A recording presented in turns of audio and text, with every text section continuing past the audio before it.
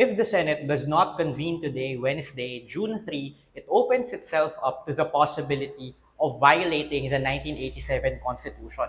Sabi po kasi sa saligang batas, kapag nakasesyon ang Kongreso, hindi pwedeng lumagpas ng 3 araw na hindi nagko-convene ang isang chamber of Congress, either the House or the Senate, without the consent of the other. Wednesday, May 27 pa po huling nag-convene ang Senado. Hindi ito nag-convene noong Lunes at noong Martes, June 1 at June 2, leaving the 11-person minority of the Senate without an aircon and without Wi-Fi on the Senate plenary floor. Nag-boycott kasi ang Senate majority led by Senate President Alan Peter Cayetano. Sabi po ng constitutional lawyer na si Paulo Tamase, unprecedented itong nangyayari ngayon sa Senado at hindi malinaw kung anong magiging ibig sabihin nito sa Senate presidency, pati na rin sa natitirang pending tasks ng Senado before sine die adjournment.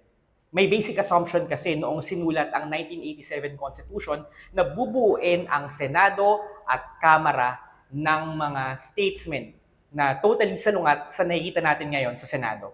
Ang tanong din ni Congresswoman Laila De Lima, paano matutuloy ang scheduled sine die adjournment ng both chambers kung may isang hindi makikipag-cooperate? Patuloy po nating minomonitor ang developments. Ako po si Dwight De Leon para sa Rappler.